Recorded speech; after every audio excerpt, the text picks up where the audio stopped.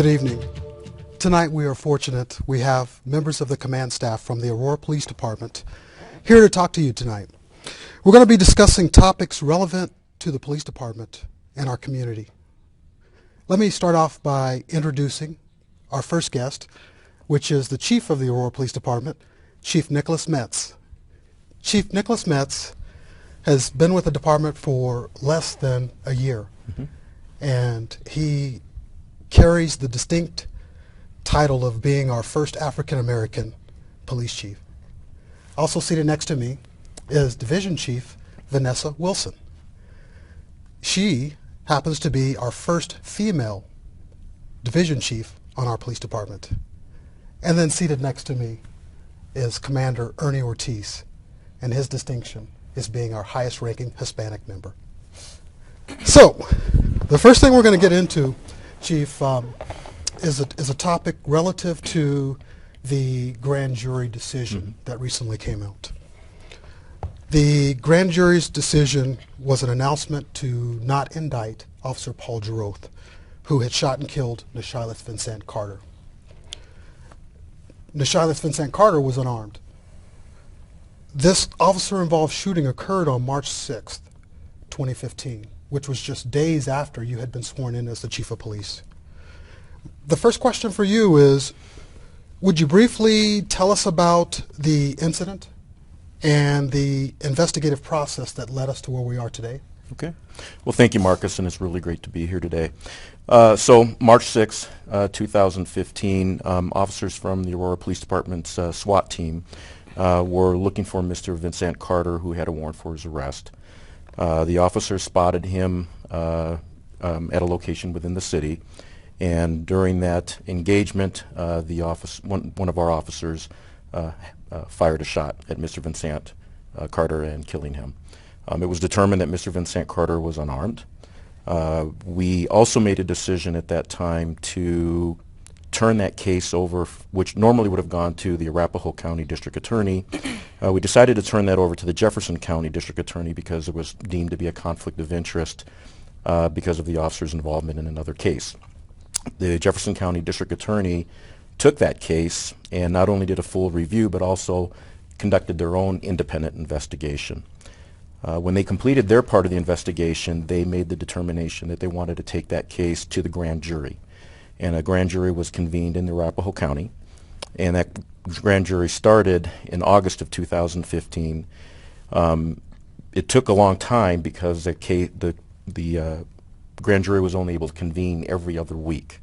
So we got word in late December of 2015 that the grand jury had come back with a decision, and that decision was not to indict Officer Giroth. Chief, can you tell us where we go from here?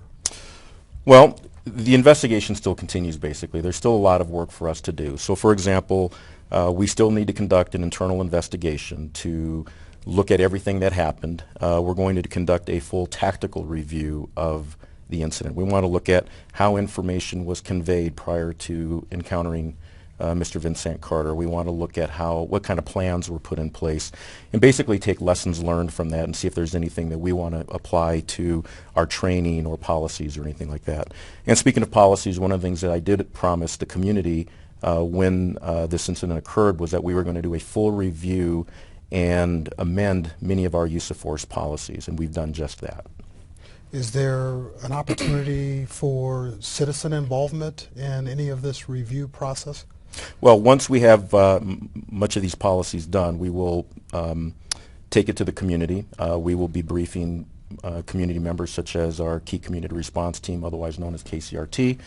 We've also had the opportunity to have conversations with groups like Black Lives Matter. Over the last several months, we've had 2 or 3 meetings with Black Lives Matter, have had very productive conversations with them, and so we'll definitely keep them in the loop as well as to where we are. Chief, is there any possibility that an independent review board would be convened? There is a possibility. A lot of it depends on what the outcome of the internal investigation holds. There is a possibility that a group of citizens and police officers who make up the independent review board could come together and take an independent look at the case. And just one more question involving this particular grand jury decision. What about use of force reviews and potential for changes in policies there? So again, as I said before with our use of force policies, what that encompasses is how we train on the use of force, how we use force, how we investigate use of force, and how we document force. We actually, just this last week, unveiled this new use of force policy, and so we're basically in the process now of working a lot of the bugs through the, and a lot of the details, since it's a new policy to the department. Okay. Another question for you, Chief Metz. We have seen around the country a very strong reaction to include protests and riots in response to controversial shootings involving law enforcement officers. And we have not seen that in Aurora. And so I'm wondering, why do you think we've not seen that type of response here in Aurora? I think there are a lot of reasons that would probably take even longer than this show to really discuss. But, Martin Luther King had a great quote that was that riot is a language of the unheard. And I think the thing about the Aurora Police Department and the city of Aurora, and this was long before I got here, is they have a real reputation of sitting down with the community, even those in the community who may be critical or you may consider to be detractors, and discussing those hard to discuss issues. Following the shooting, we made a very big effort in making sure that the community was kept in the loop about what was happening, and again, letting people know all the way through the process up until when the decision was made. And again, being willing to sit down with folks and have those difficult conversations, and I think that's important to our transparency and our credibility. Does our department have areas where it can improve? Well, of course. I think every organization has those things. And I think that's the great thing about the Aurora Police Department, is that we're willing to take a critical look at ourselves and determine those areas. So things like, our community outreach goals and initiatives, are they where they need to be? Our communication strategy with the community. We're doing a lot, which I'm sure you'll hear about later. We're doing a lot right now to improve on our communication to all parts of our community, to make sure that they're in tune with what's going on within our department. And again, also taking a very critical look at our department policies, our procedures, and the way we do training. Excellent. Let's talk about internal affairs and the restructuring. It was one of the first major changes that you made when you became the chief. Can you talk about why you made those changes? Well, one of the things I was hearing from the community was issues like, and officers, not just the community, but officers as well, was the length of time it took to conduct investigations, people feeling intimidated coming into the department to make complaints or to make statements. So one of the things that we did was we moved the internal affairs out of headquarters into a standalone building a few blocks away from here, so that people feel more comfortable going to and from, including our officers. We increased the number of investigators within internal affairs so that we can speed up those investigations and make sure we have good quality investigations. And we also added a commander to the internal affairs section, which I think is important to have, in the fact that now that individual is part of our command staff and part of the leadership team, and it also, I think, it lends a great deal more credibility to the process. Commander Ortiz, body-worn cameras. Yes, sir. They are something that folks throughout the country have been indicating they would like to see more of, and I know that the Aurora Police Department was one of the first to start using body-worn cameras as late as 2009. Recently, our city council provided funding for body-worn cameras through our police budgets. Your district, District 1, it serves the western portion of Aurora. Can you tell us if your officers have been issued their cameras? This new technology that's come to the forefront in law enforcement across the country, very fortunate that our city is able to provide that resource to the organization. We did a pilot program initially to see the feasibility and the processes for the camera implementation. it was overwhelmingly accepted by the officers involved in the pilot program. So moving forward, getting the funding. In 2016, we are underway now implementing the camera program with every officer, sergeant and below, will be outfitted with the camera. So that's exciting news for us, the officers, and I think for the community. Excellent. Can you tell us a little bit more about why it's beneficial for both the police and the community to have these body-worn cameras out there? To include our pilot program and the research that's being done around the country, accountability, the relationship with the community, knowing that the interaction with a citizen is being recorded, behaviors change, and I think overall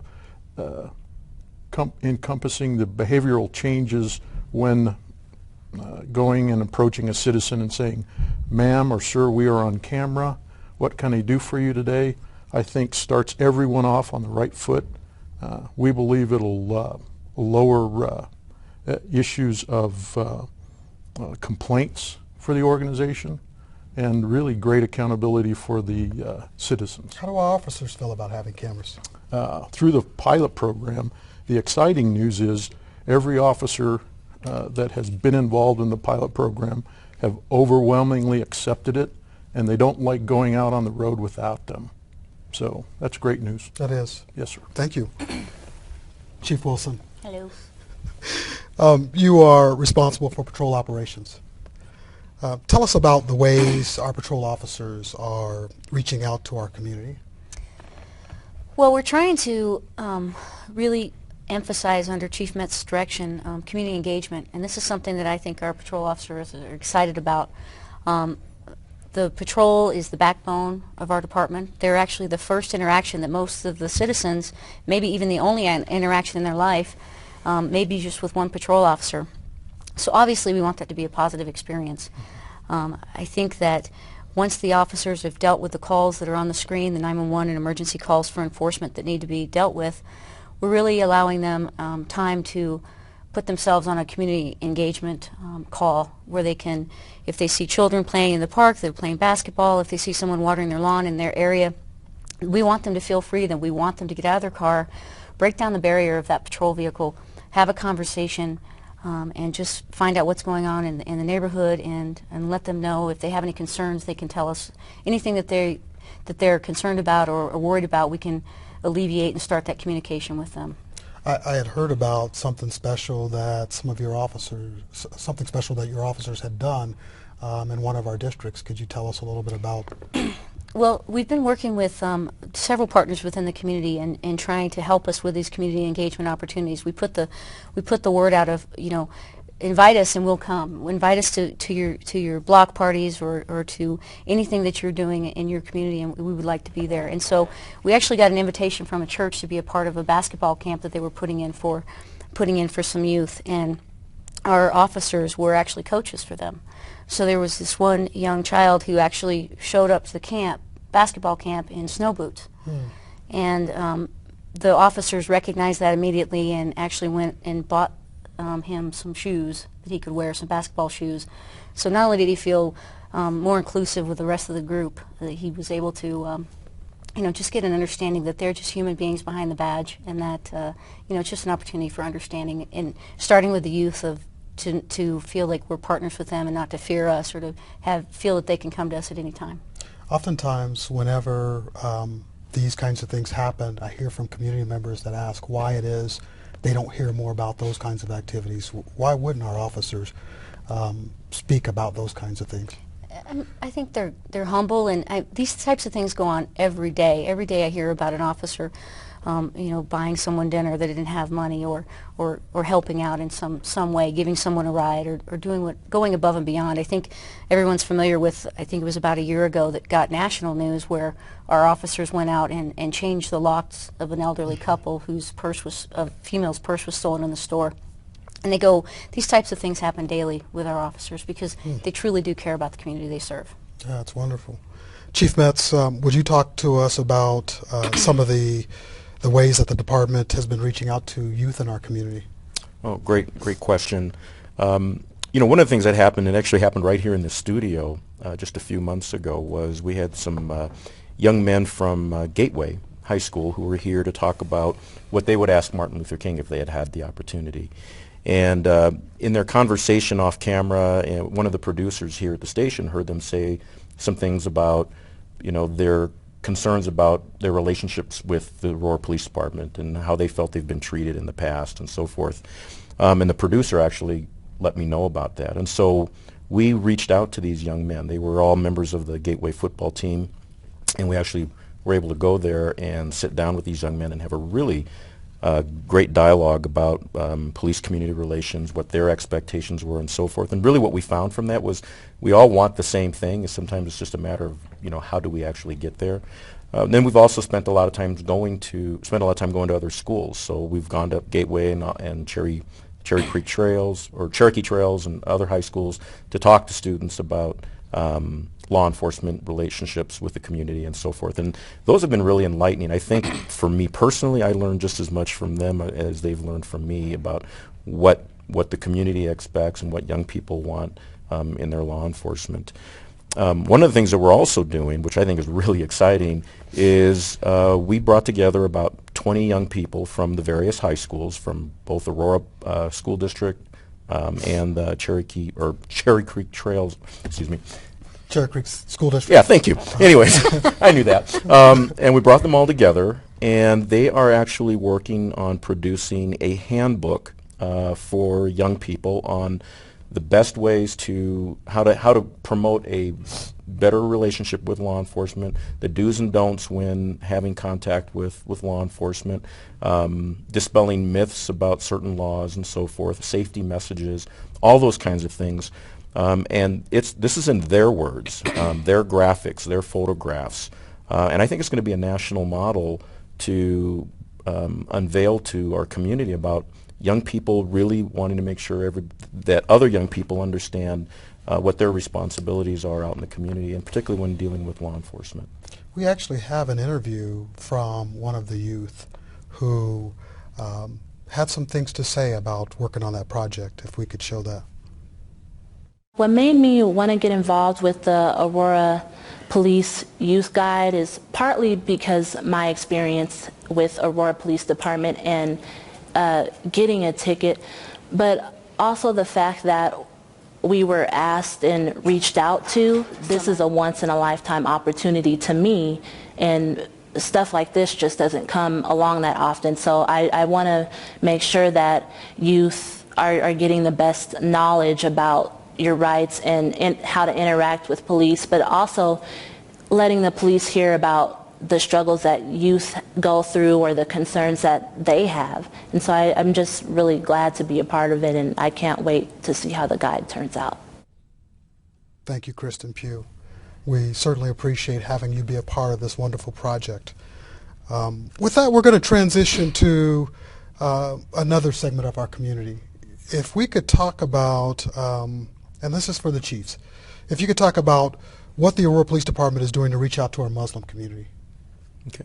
So we all know that there's been a lot of issues surrounding the Muslim community, and particularly with what we've seen in the news of what's been happening all over the world with terrorist attacks and so forth from Muslim extremists. And so we know that there are folks from our community who practice the Muslim faith who have been threatened and so forth. And so we've been making a very concerted effort to reach out to them, to make sure that we communicate with our Muslim community that they are part of our community and that we're going to do everything we can to protect their places of worship, protect them, and for hopefully for them to feel trust in communicating with us. And just to add to that, from the patrol perspective on what we do, and obviously we would do this to any community group that was threatened or threats were made against them and they were feeling unsafe in their own community. We have increased patrol around the areas of worship, what the chief just talked about, as well as just, we thought, how can we really reach out to this community and let them know that we really do mean it? And so the chief has created a position of a Muslim liaison officer.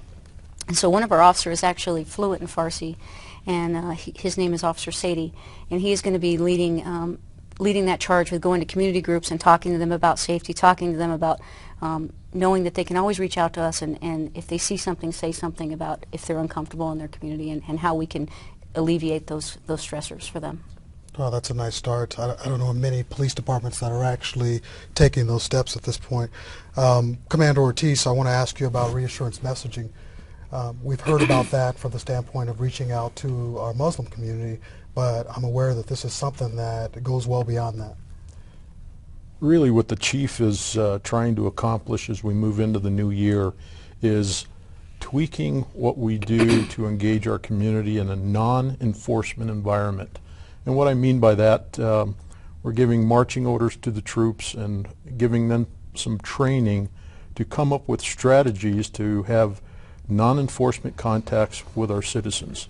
That includes business checks, stopping by schools, religious organizations, and getting out of their vehicles, doing foot patrol and foot beats so that our officers can engage the community in a non-threatening, non-enforcement environment so that they could show that they're human beings.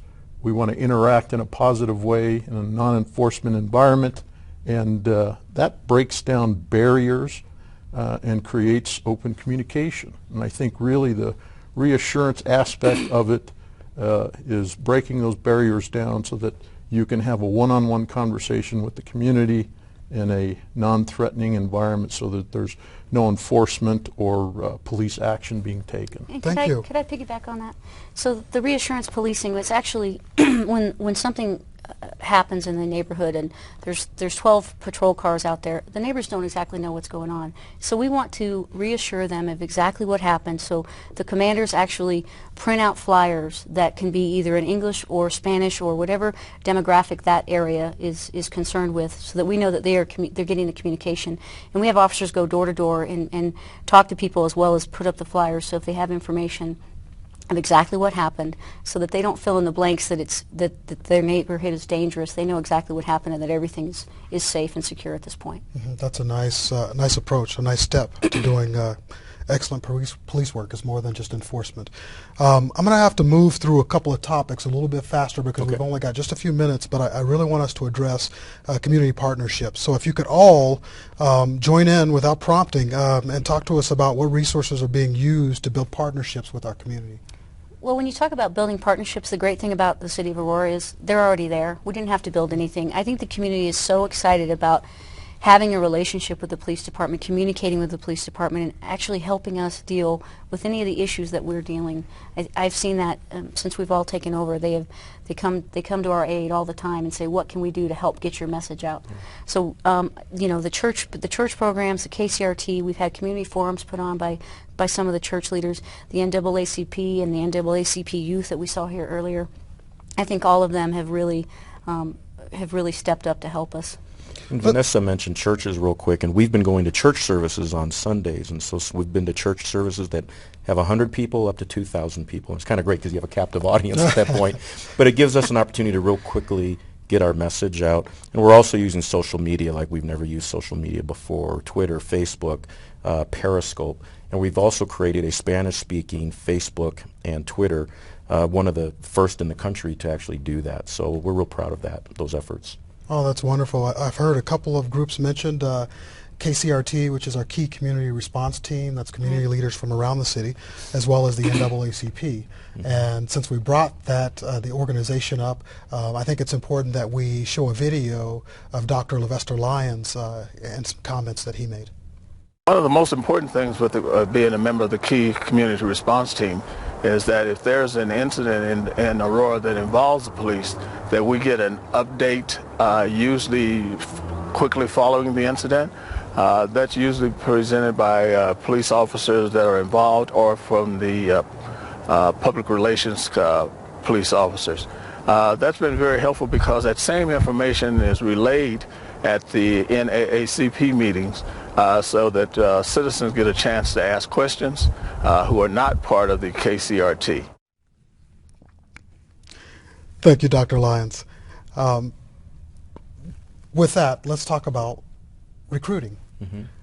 Chief, this is another initiative that you created, and and it's the Recruitment Strategies Committee. Could you tell us a little bit about what they're impaneled to do? Sure. So one of my biggest frustrations right now with the Aurora Police Department, as proud as I am of the organization, is that we do not reflect the community, our diverse community, as we should. So we need to really look at how we're doing our recruitment. So we created a recruitment strategy team, of which Lieutenant Marcus is in charge of, and you brought together folks from the department and people from the community, people who are specialized in marketing and human resources, to really look at how we can better recruit and what other avenues we can use, those non-traditional approaches, so that we can really attract our homegrown. Our main goal is to attract homegrown folks, the people who live right here in Aurora in the metro area, but also at the same time understanding that we may have to reach outside as well, outside the state. We expect to have about 75 plus officers hired in 2016. Chief Wilson, since you used to command the recruiting and background section at one point, could you tell us about what some of the things are that we're looking for in potential new hires? Well, I think all the police departments across the nation are always looking for the duty, honor, integrity, and that people really embody those characteristics. But for the Aurora Police Department, we're also looking for people that have great communication skills, want to engage with the public, have a sense of volunteerism, and they can go to aurorapolice.org anytime, and they can, or aurorapolice.gov, I believe, and they can talk to one of our recruiters and fill out an interest card. Excellent. With that, we're going to get ready to wrap up this session, this first opportunity for us to do something like this, and it's been a wonderful opportunity for us. So I want to thank Chief Metz, Chief Wilson, and Commander Ortiz for being on the panel tonight. I also want to thank our community because the organizational mission of the Aurora Police Department is to make Aurora safer every day, which we could not do without the help and cooperation of our citizens. I also want to thank the men and women of the Aurora Police Department for all of your hard work and service and sacrifices that you make each day for the citizens of Aurora. Thank you.